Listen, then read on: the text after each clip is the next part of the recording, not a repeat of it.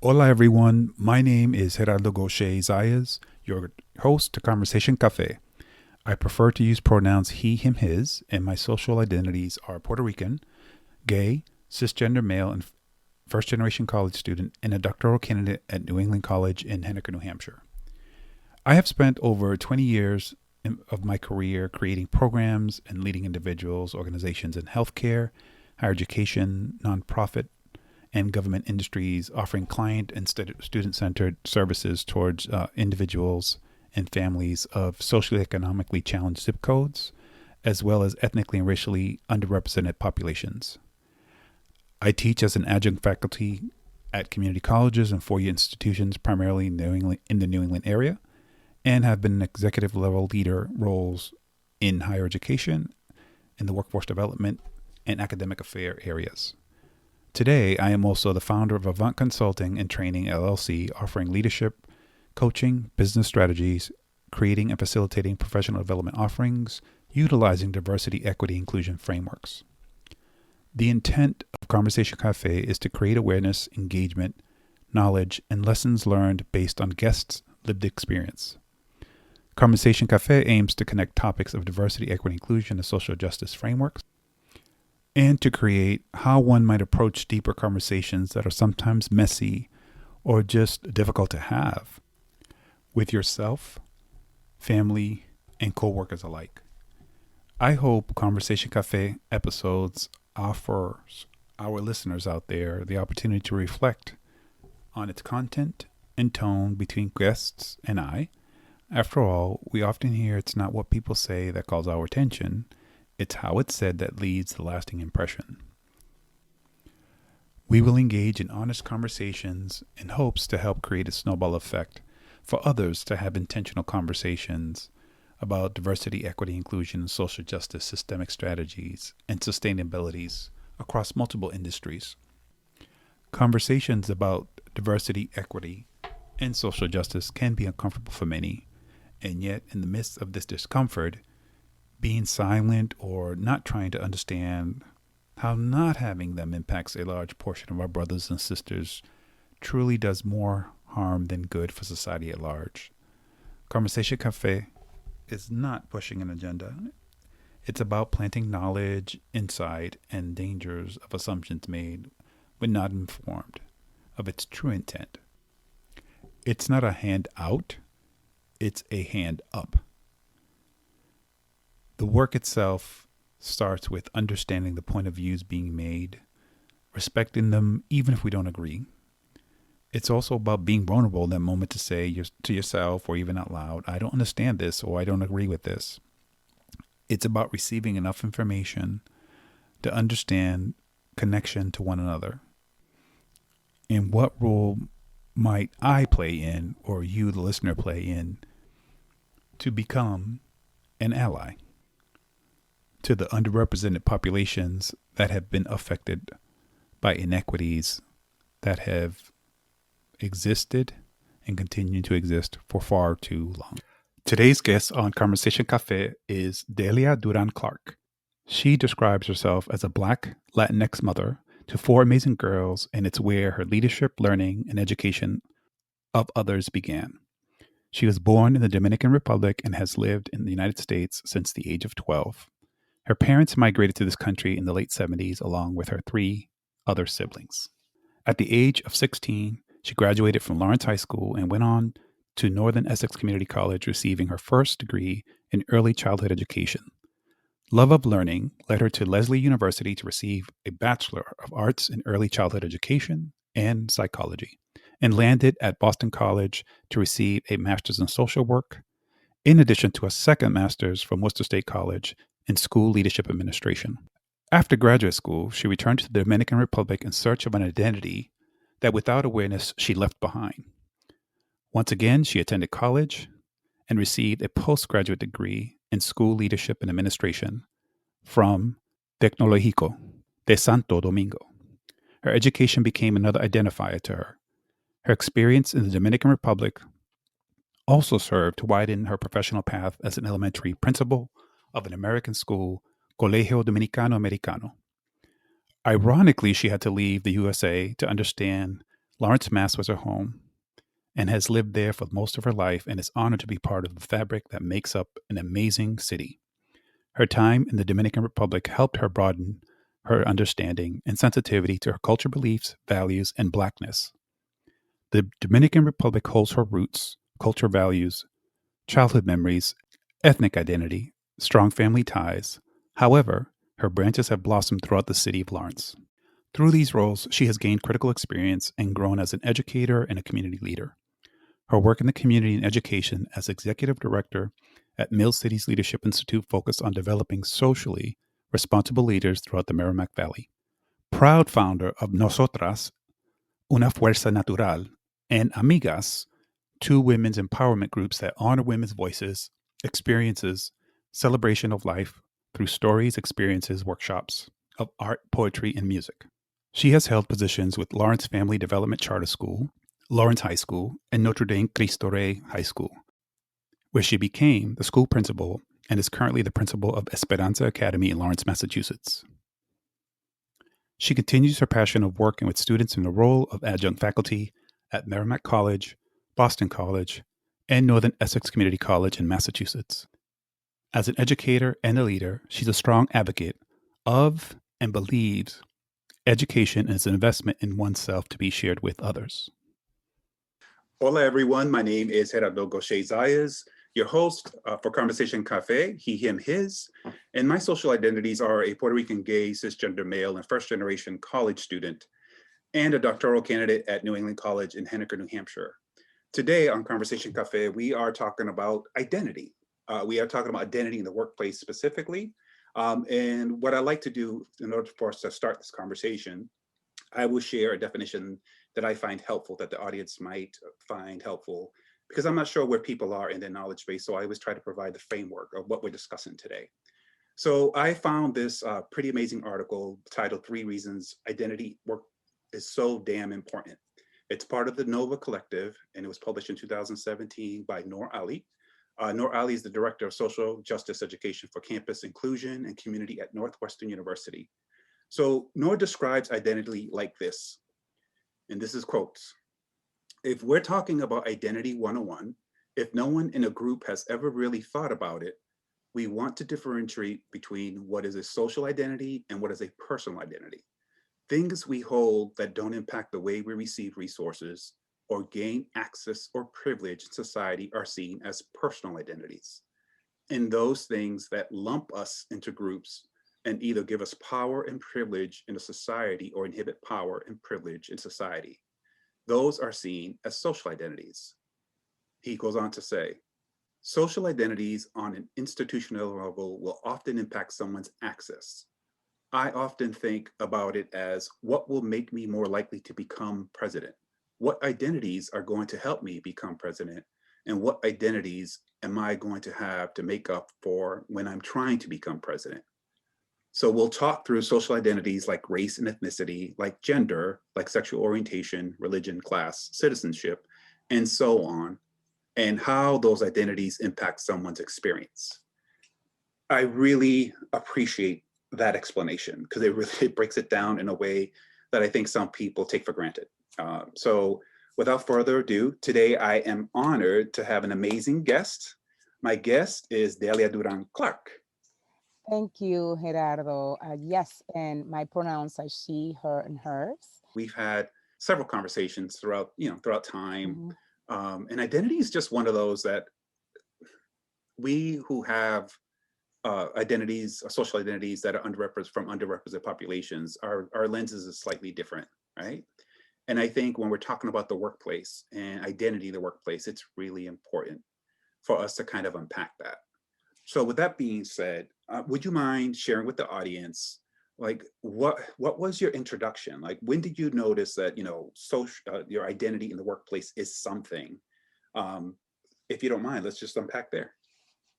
Absolutely, Gerardo. And it's an interesting question. And I had to do unpacking thoughts with this question because when wasn't I a Black woman? When Right. wasn't I a Latina? When wasn't I an Afro Latina? Right.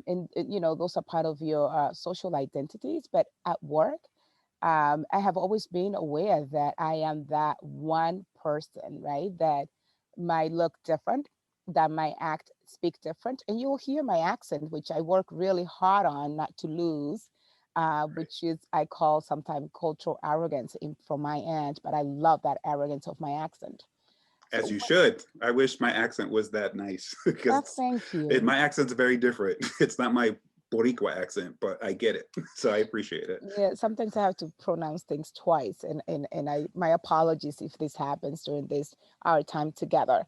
I have to say that I think the most impactful time, and I'm not sure if that's when it started, Gerardo, but my most impactful time where I had been put to the corner to reflect and think of who I am, it happened when I went to college. Okay. It's an institution. When I went to college, I went to Lesley University, and from there, I struggle with who am I? Am I Black? Am I Right. Latina? Am I Wow. Latin American, or am I Dominican? And I had all those identities, and my Blackness was the one that kept coming up to me. Right. You're a Black woman. So let me ask you this as a follow-up. When you say that, were you saying that because that's what you came to the realization, or was this society saying, was society putting you in that direction? Or do you feel like, you know what, this is what I decided that, yeah, here are all my Latina identities, Afro-Latina identities. This is what I want. Was it more you, or was it more kind of It was more society, of environment, course, the of the environment? environment. I Yeah. found myself in a wealthy institution, mostly Yes. white, right, at Yes. that Yes. time. And I'm leaving Lawrence. Lawrence is my cocoon, my safety, social, ethnic cocoon. Right. And I'm out there and supposed to be flying with my own wings, and I'm finding that my wings are not coming out, because Yes. now I find that all of these identities are wealth. You know, it's a wealth that I have that I didn't think about it in that sense, and found myself writing papers in college about this Blackness. And I have to stick with the Blackness, Gerardo, because Mhm. that has been this basically the questioning, the the society saying to me as well, are you Black? Because just Right. as, are you Black or are you Latina? Well, I am a Black Latina.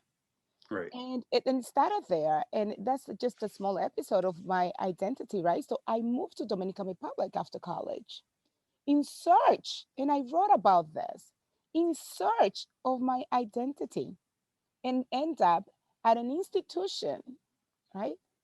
As it was elementary, high school, university altogether, a combo, Yeah. that I was the youngest. I was the Black administrator. I had the person with the curly hair. And let's not leave the hair to the side when you Yes. talk about identity of a Black woman. Yes. Thank you. That is Thank you. important. We should be Yes. writing about our hair. Yes.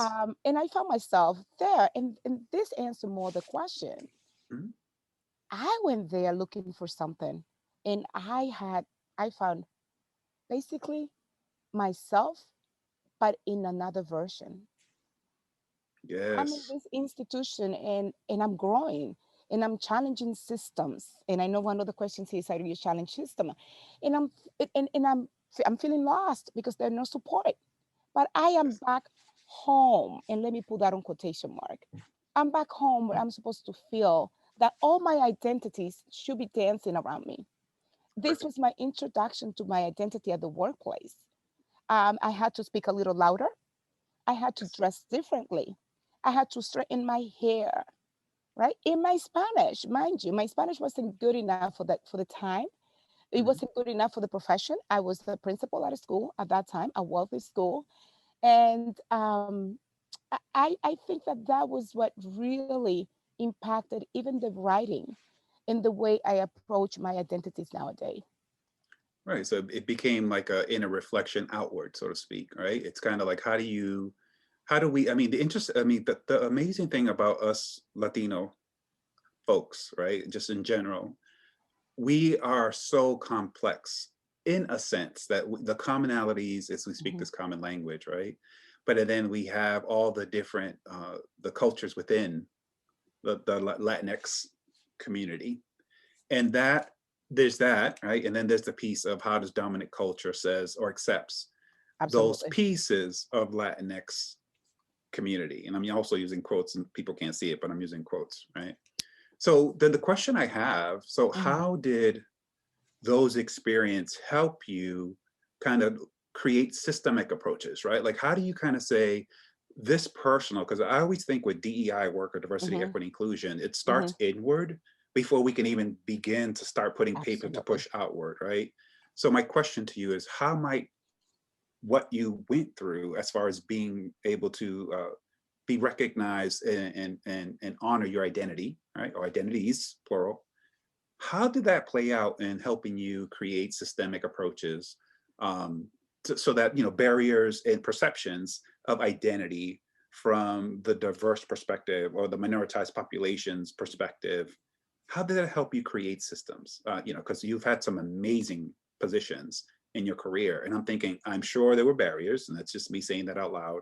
And I'm Yeah. sure, knowing you like I know you, you kind of say, all right, Barry's, let's go. Right. So can you That's share with the audience, exactly what did it. that look like? If you don't mind sharing that, please. Absolutely not. I love that question too, because I think that our academic mind, when we Mm, talk about systems, we tend to think about system and processes outside of ourselves. And like you said, this is inward. For me, it was very important that as a Black, Latina, Dominican that grew up in Lawrence and now live in Andover, that I created systems that were internal systems that I will be able to share with others. I knew, Gerardo, that not only for my family, but for my four girls, I was that institution. right. I work That's at a wow. school. I work Yes. at a school, all girls.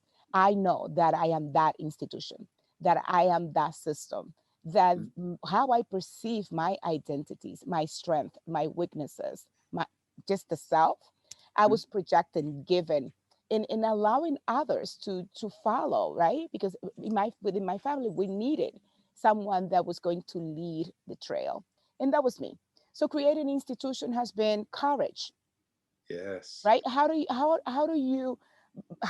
I, being all this oppressed, supposedly, and let me Yeah. just Well, say systemic supposedly, oppression too. Systemic oppression. It's real. I mean, well, but systemic oppression is real, and I will not deny that, right? Because I right, do right, DEI work, but right. I also want to say that I work personally from a strength perspective of how do I navigate all of my systems Right. within systems Yes. in this academic environment of working at Boston College, Marymount College, and going to Dominican Republic, because the most impactful part of my identity came out of my work in Dominican Republic, Right. right? How do I work with this from a strength perspective when the society is telling me that being Black, there's something wrong with being Black. There's something wrong with being a woman. There's something wrong with having curly hair. There's something wrong with having an accent. There's something wrong with being poor. And I have it all. I Yes. have it It's all. it's the intersectionalities of all of that, right? What you say, I am who I am. Damn it. And then society Yes, says, well, you are, but right? It's not an and, it's a but, which is yes, part of the issue. At least that's how I see it as well. absolutely. And how do I come into these systems? Well, I Mm, understood societal rules. I needed to prepare myself academically. That's a yes. given, right? But I needed to, Yes. like most people, work a little harder, and I found myself working really hard academically, right? Because Yes. I didn't grow up in this country. I wasn't educated here. I needed to learn the language, learn the education system of this Yes. country. It's not just learning in a classroom. It's learning the unsubtle hidden agenda of academia that you learn as you trailblaze through it. So I knew the importance of education, and I, as of right now, am proud to say that I have 3 master's degrees, and it, that basically prepared me. But I needed more, and I needed more, and that's what I think the systemic question that you ask: how do you get more from inward, from the personal self, to work in DEI, to work in these systems that are not created or supported for people like myself. And when we talk about DEI, as a practitioner, I have to go beyond, because what Yes. lacked for me Gerardo, in most of these environments was always the in not the inclusion but the belonging. That sense that we I know we're going to talk Yes. about it later, but Yes. but there was something else. When I do my work as a DEI practitioner, I say DEI, a double I, because diversity, equity, intention, inclusion. I like to include intention and Yes. belonging.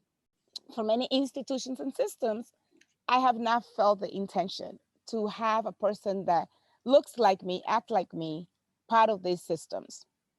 The Right. intention is lacking. Even when you do the diversity piece, right? The diversity piece, it's as I say, it's money.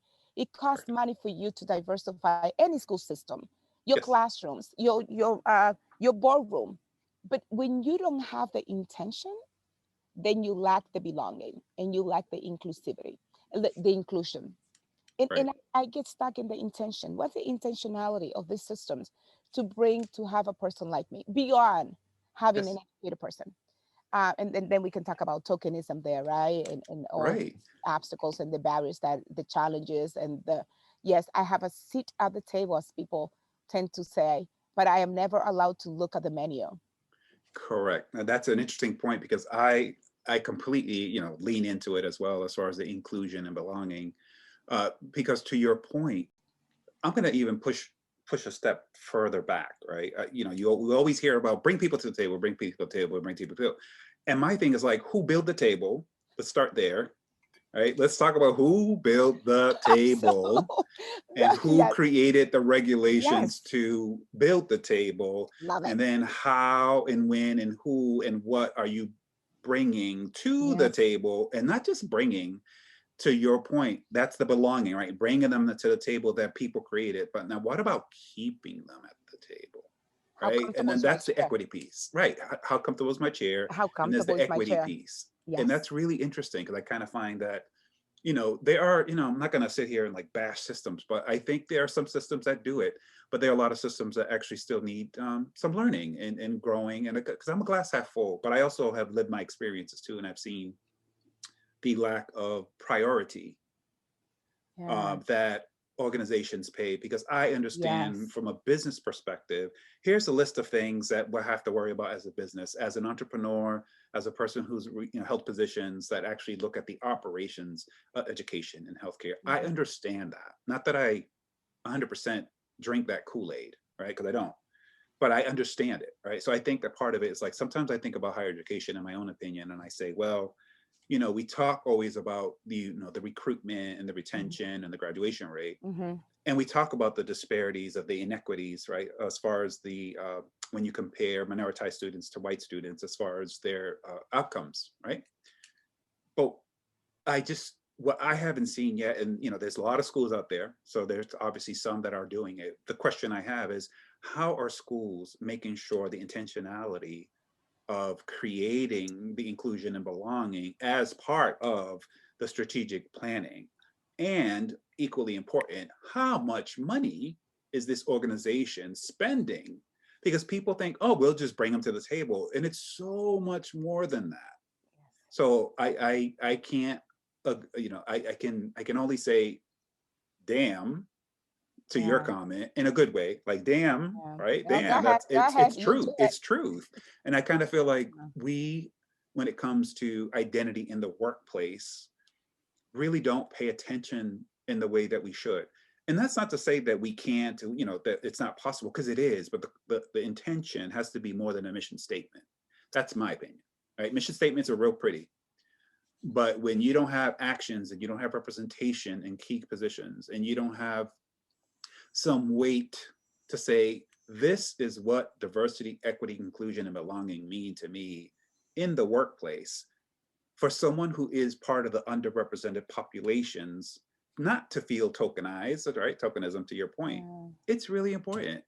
And I think that, of course, there are some places that are doing it, but it scratches my head, especially with public institutions in higher ed. I'm talking very specifically higher ed. Mhm. I'm just surprised that there's not more of a common best standard practice across. We talk about collegiality, right? Mm. Like, let's talk about best practices, and how can't we come up with, or why don't we come up with, there's some schools that are doing amazing work out there, But why aren't schools that want to do well acknowledging that, you Mhm. know what, we are on a scale of 1 to 5. 1 is like, I don't know nothing, and 5 is like, I'm an expert.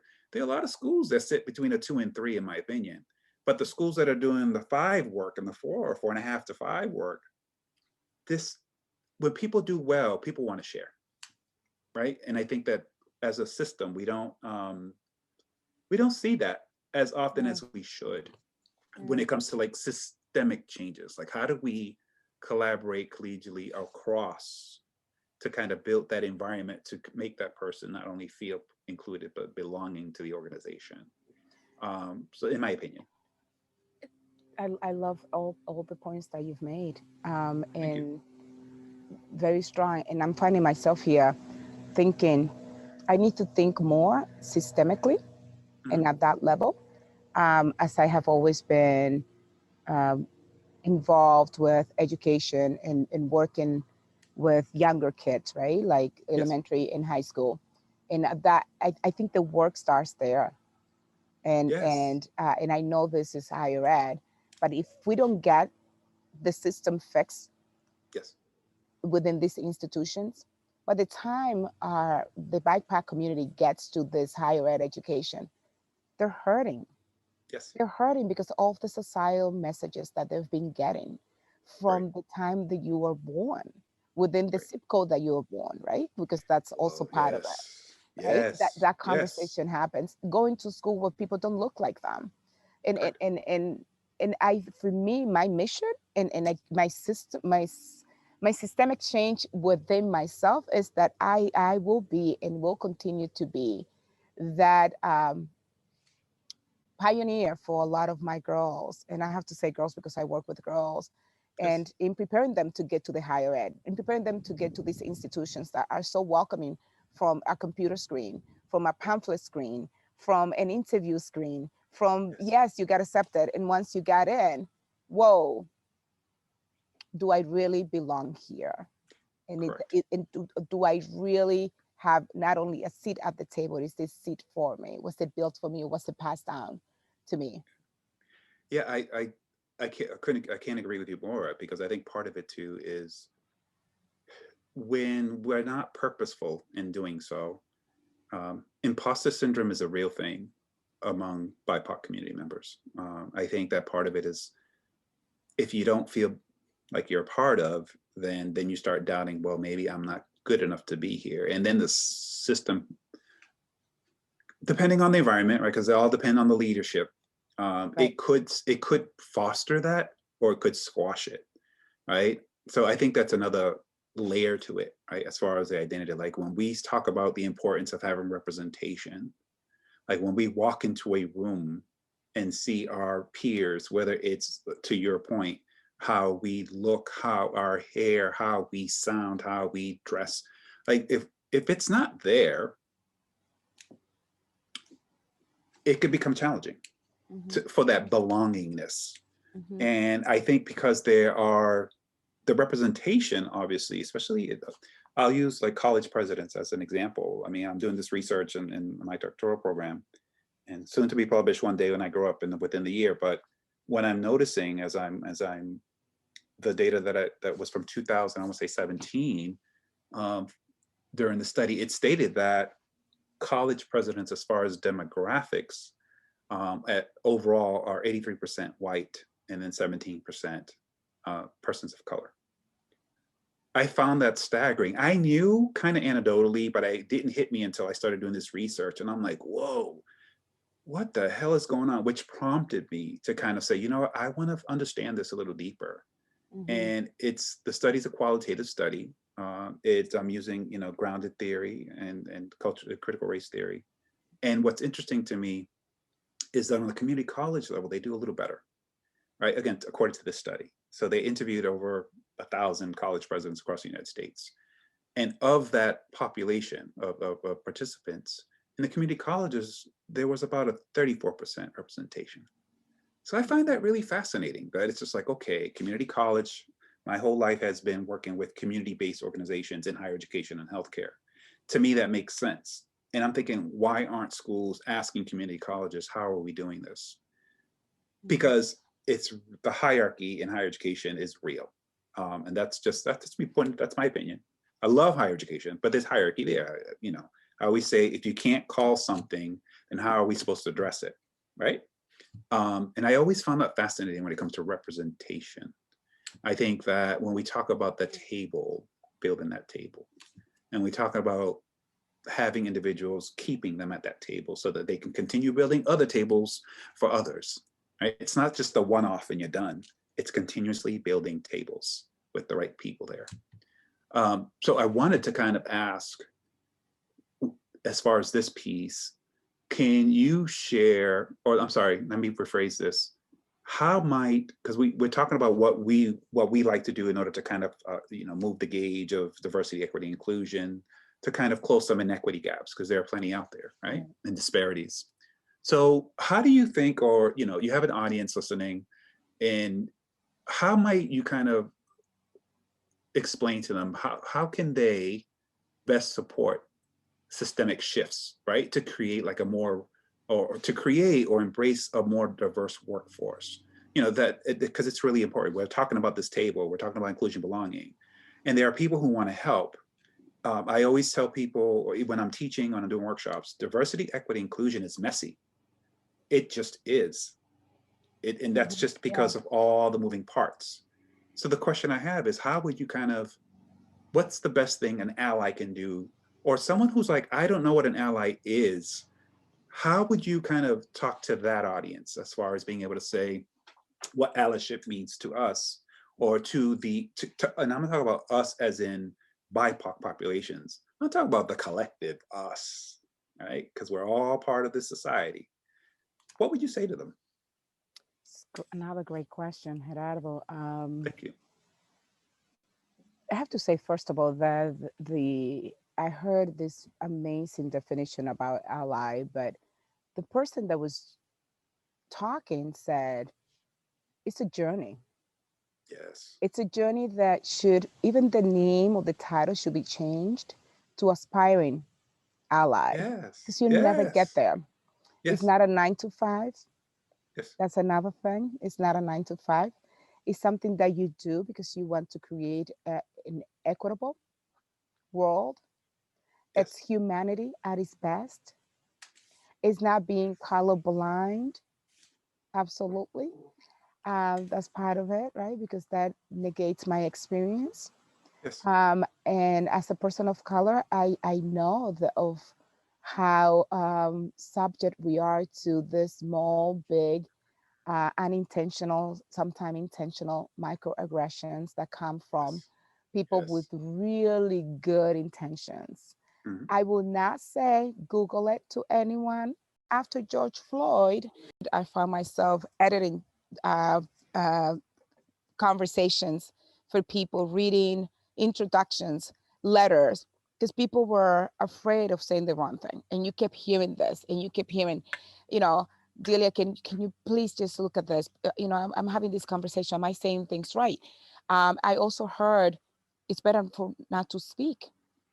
And I see, and I have an issue with silence too, right? Especially Yes. from these aspiring allies. And it was real for me, the Black Fatigue, that book that's out there, and how Yes. tired I was Yes. feeling of answering Yes. questions and being that person, the to go to person. But I will never said Google it. Right. Right. And that is it, that is my personal um believe. I believe people have questions.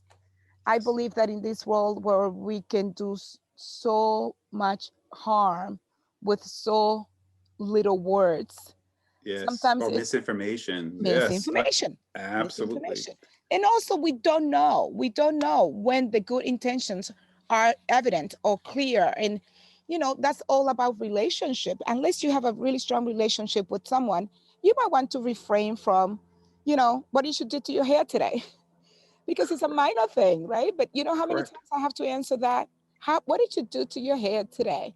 It looks Correct. different, right? Correct. What I would love to say to the people listening to us right now, that really want to create this equitable, humane, empathic workplace, inclusive workplace, is to not stop being human.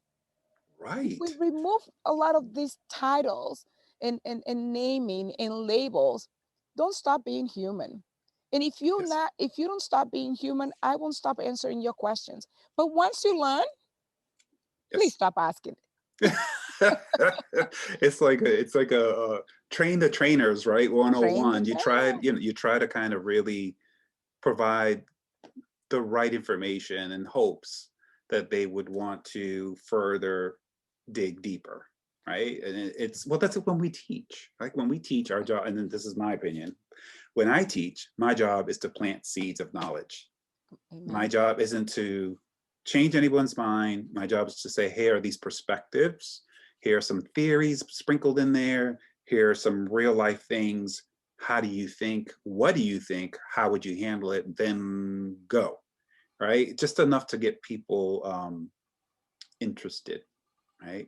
Now, if people aren't interested, I can understand that too. I mean, I understand the complexities of dominant culture and what history is supposed to be, because power is power, and let's not kid each other here. And identity in the workplace, when you look at who's in power, just look at the data.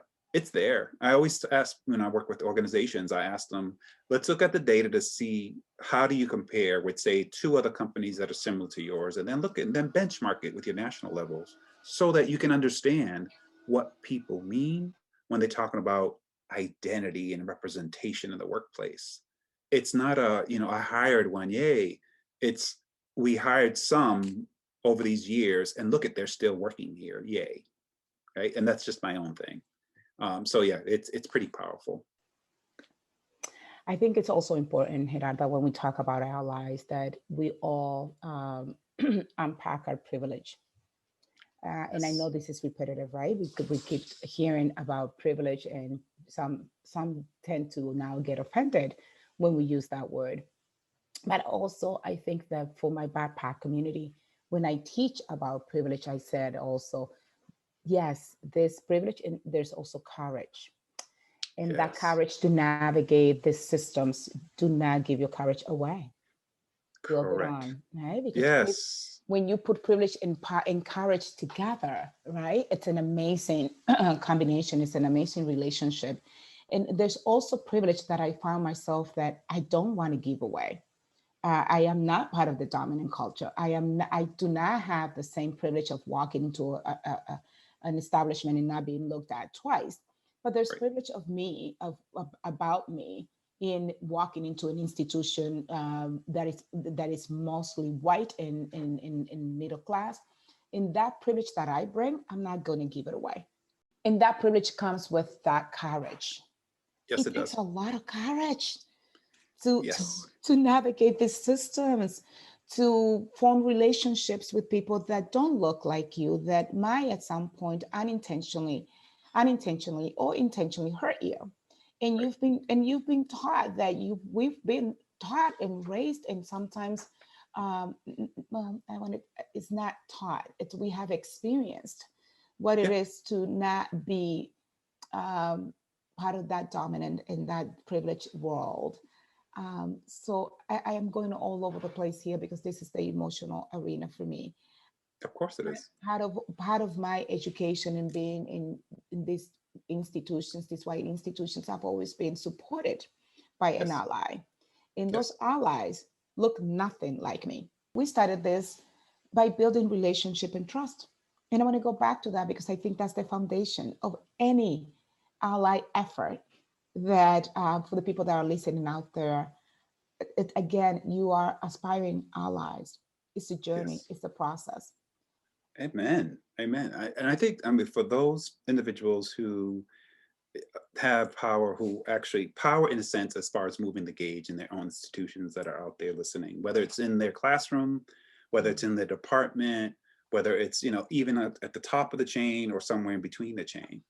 I always ask people that, as far as how might they better understand the importance of identity in the workplace, that if you're struggling with it, don't be afraid to reach out because there are so many qualified individuals out here that will be more than glad to be that mentor, that guide, right? Because I think people feel embarrassed, and I get it. You know, we're taught our lives, don't you be wrong. If you be wrong, you're going to be stupid, right? That's the constant, right? As far as if you're wrong, as opposed to what can you learn from this? How do we grow, and how do we kind of create this safe environment that honors identity? I think a lot of people don't do that. I agree. I like that point, Gerardo. I don't think you have to Google it. No, that way you don't have to Google. You don't have to Just be Google it. open. Have your eyes open and your Yes, ears. be open, but also, like you said, there are people out there that are equipped to Yes. support your curiosity, your Yes. good intentions, so that your Yes. impact is not harmful to others. Correct. I think it's you know, as we're having this conversation, the next thing that pops into my head is, if you could, I mean, you talked a lot about why this is important to you, like throughout our conversations. I think, can you share with the audience, yes, you talked about why, but can you do the connecting of the dots from what you've already said to the importance of really taking that and creating that robust pipeline, right, to create a more inclusive, belonging kind of process in order to honor identity in the workplace? Can you talk a little bit about that, if you don't mind? Why is that important? Oh my Yes. Lord, why is that Talk to us. important? Because Yes. oh wow, here we That's a go. whole nother podcast, but go ahead. Absolutely. No, for real, for real. Go ahead, Well, unpack away. the first thing is I don't want to check any part of myself at the door. Right. Right. Right. And again, language, we get lost in language, and now is the authentic self, right? I want to bring my Yes. authentic self, and you see now this in literature for higher education. Yes. We value your true authentic self. Then I show up, Right. and it's a different Right. story. Right. It's a It's different like we story. want diversity, but not that much. So let's start with the language, right? So Yes. Yes. education about language, but it's not only knowing how to use the term, it's Yes. knowing what emotions are connected to those terms. And if you want to create a pipeline and you want people to actually believe in your intentions, we have to start with that language. And once I'm there, make that language dance around me as if you really meant it. Correct. Correct. That I makes want 100%. Go right. ahead. So part of identity, it's celebrating people. And I Gerardo, one aspect of this work that I'm struggling right now and sort of even talking about it is with my own personal girls, my own daughters, and my students, is how do you bring yourself to high school or college with a system within a system that is not yet there. It might be a four, like you said, 4.5 to a five, but we continue to move barriers. And who are those institutions are capable, able, and willing to do so? And I Yes. think it starts, like you said, with not only the mission, because missions again are words, and unless those words are dancing around me, they don't mean anything to me. If your strategic plan is something that you do every 5 years and do you put it away in a drawer, it doesn't mean anything to me. If you have a Correct. DEI, this is another part. If you have a DEI committee, yes, it looks wonderful when you publish that you have a DEI committee, right? And in that DEI committee, you have 5 people of color and 2 people of the dominant culture. Yes. Who's doing the heavy work? Who's doing the heavy lifting? And, Correct. and, and how is that information being disseminated to the larger Right. community? I think that the pipeline starts with that intention of really breaking what's broken. That's a valid point, because I think part of that particular piece, when it comes to individuals uh, incorporating, I always say, when you incorporate the diversity, equity, inclusion into one strategic plan, you know, very traditional in a sense of having SMART goals. When it comes to work with diversity, equity, inclusion, the way I see it, yes, it needs to be mentioned, right? It needs to be measured. They have to put some time, because intention of putting a committee together is one thing. But if there's 6 months that goes by and there's nothing done other than still talking about DEI, you need help. You need somebody to come in to help the organization to kind of do DEI audits on individuals and the organization, because that will give you the truth. And I always say, if you're ready for this journey, just be ready for the truth. And that's not to say you're not doing good or bad work. It's like, this is where you are. This is where you think you are. Now let's do this audit. This is where you are. So let's kind of, how do we take that and create very specific, right? Again, mentioning it, measuring it, timelines. In addition to what's really important that sometimes strategies kind of fail, is you want to incorporate barriers in there. The other piece is, when you're doing DEI work, it's really important to understand who your allies as an organization, right? Allyship inside the organization is one thing. I always challenge organizations. What do your allies look like out across the street? What do your allies look like in the community in which your business lives?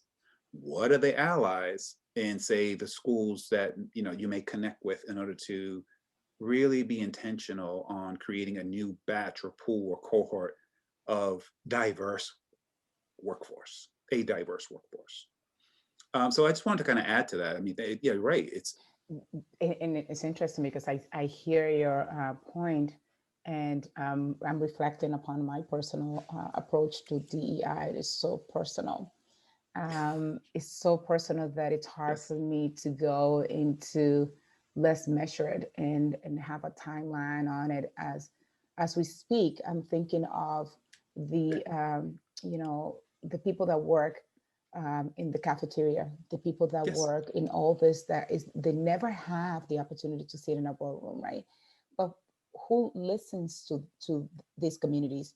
Who actually ask what their experiences are there in relationship to DEI? And if we were to stop and truly listen and be inclusive,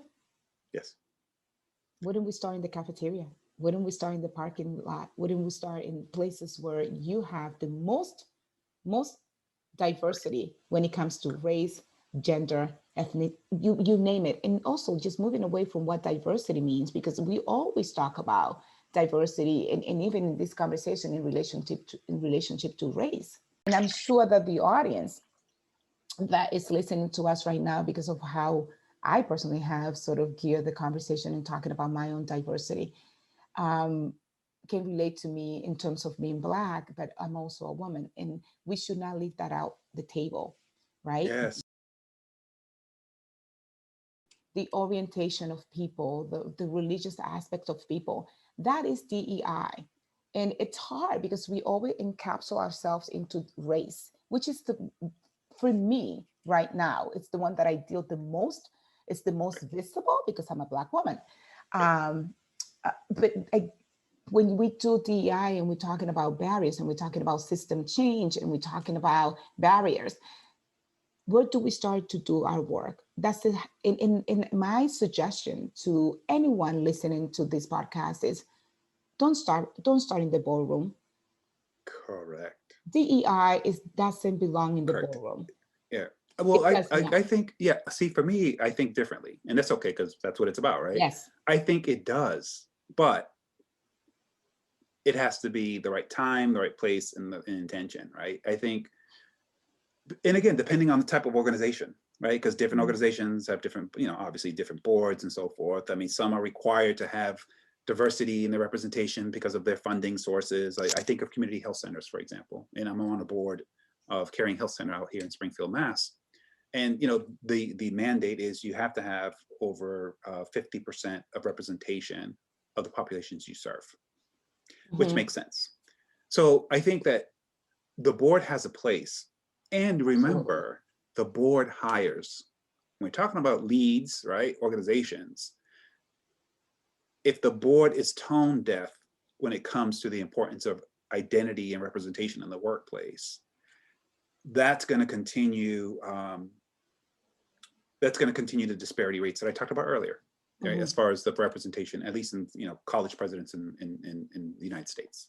So I believe they do have a place, but I think before that's a different kind of approach versus that internal piece, right? Because the internal piece through those actions could actually inform the board. That's just my opinion. And then you can maybe, depending, I'm gonna say that really cautiously, Right. maybe start conversations about DEI is really important to the organization, and we want to make sure that it's that's systemic as opposed to a training. And that belongs, what that means to us in the organization is this, like who has a role at creating that table that we talk about? And I think they have something to do, but I just, again, from a different lens, that's all. And that's just my opinion. Again, not right or wrong, it just is. And I think you're right when we talk about system change has to start with people of power and people with power and people in position of powers. And who are we talking about? The board. When we talk about the transformation. Yes. The transformation of a system. Yes. Absolutely. You have to move from the boardroom to transform the system. Because one word that you said is mandate. Yes. Then there's that. And there's that, right? So it doesn't mean that because I'm on the board, I have what it takes to actually do the work. My heart might not be in the right place, although I'm sitting here, right? I'm doing. Agreed. So that's. I think I'm talking more in a figuratively type of speech where I said start with,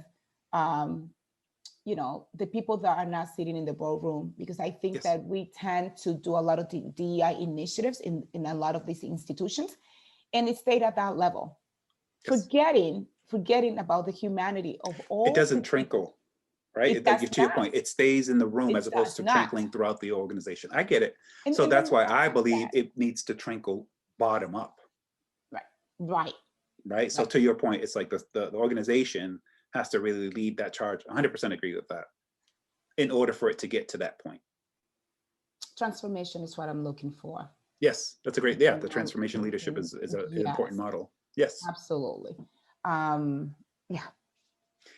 Well, we've unpacked a lot during this episode. I appreciate everything, the conversations that we've had. The only question is that I have for you, is there anything else pertaining to today's topic, right? Identity in the workplace, which it's a big one. Tall glass of water is what I call it. And I'm hoping people are drinking to understand, because we have to really start here before we actually, I always say creating outcomes is real easy, but before you start working on it, this is the stuff that I think people need to understand before taking that journey, as I call it. Is there anything else you want to share regarding identity in the workplace to the audience at this time? Yes, of course. And I think that I want people to stay with the word of intentionality. How intentional are your efforts? Yes. I think that if you start there, if you depart from that, you will have the diversity. You will be intentional about your equity. You will be intentional about the belonging. You will include people at the table, build new tables, build new chairs. And I think that when we talk about inclusion, a lot of people are questioning me with, how about the exclusion that the inclusion does? Right. And that's another topic. People feeling excluded because there's a big initiative of inclusion. That's another topic for another podcast. But again, it's the intentionality and being able in that exclusion to hear all, to hear every single person that this initiatives it's affected. It's the life that, it's not only my 9-to-5 job for me, it's the life that I lead on a Saturday morning. It's the life that I have to, that depending on how it went at work, it's how I'm going to be with my children at home. So intentionality is my big movement now, to be added to the DEI. It's the intentionality piece that I'm seeing lacking, and I hope this was helpful to people. I hope that some of what I said made you uncomfortable, because uncomfortable brings learning, brings challenges. And I found myself doing that more and more now than ever, because I think it's important that we all join hand and heart with the work that we do, and just move away from wow, it used to be done, or this is the way I've known to be.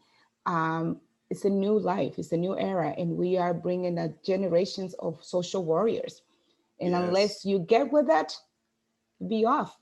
Yes. You'll be out of the ship for sure. So get with it. Amen.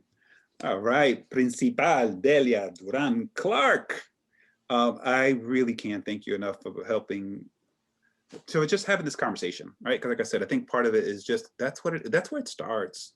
And I think perspectives of affected individuals, including you, including myself, including the other guests that I've had across the different episodes, it's important that, like to your point, the humanity of it, right? We talked about the humanity of it. And I'm hoping that the audience hears that. I'm hoping that the audience hears that the humanity of these conversations are lived experiences. And lived experiences are often what projects us to create movements to close inequities, right? So I just want to take another moment to say thank you. Bastante gracias. I really appreciate that. And then the last thing I'm going to ask. So if someone wanted to say, reach Delia Duran Clark to say, you know what? I like what this person says, and I want to know more about her. I want to contact her. How can people do that? Can you share with that information with the audience, please? Absolutely. I'm Delia Duran Clark, and my personal email is deliaduran@hotmail. And my number is 978-332-2327. That is my personal cell. I've been delighted to continue to have this conversation with whoever's interested. Awesome. Wepa, as we say, in our wonderful culture, in my culture, our culture. Wepa is a good thing. Wepa is a good thing. So, well, I just want to kind of just have the audience a couple things. I will, obviously, you're listening to this particular podcast, this episode of Identity in the Workplace. There are more episodes on our YouTube channel. On Conversation Café has its own YouTube channel. There will actually, in the process, there'll be more pushed up through social media platforms such as Facebook group and Instagram. So please come after you listen to this. If you could take a few minutes to fill out the listener feedback, I greatly would appreciate it because it helps me understand what are your thoughts. And we talk about engagement. This isn't a conversation of two people. This is a conversation of many people. And I would love for everyone to take a few minutes and fill out the feedback. It's about 7 questions. And also let me know, are there topics out there that you kind of feel that you want to know more of, or if there are topics that you feel uncomfortable about asking, please put them in the survey so that way I can actually continue providing the audience with information from a perspective of a human conversation and not a political one. Please be safe out there and stay healthy. And until the next episode of Conversation Café, cuídense, adios, and take care.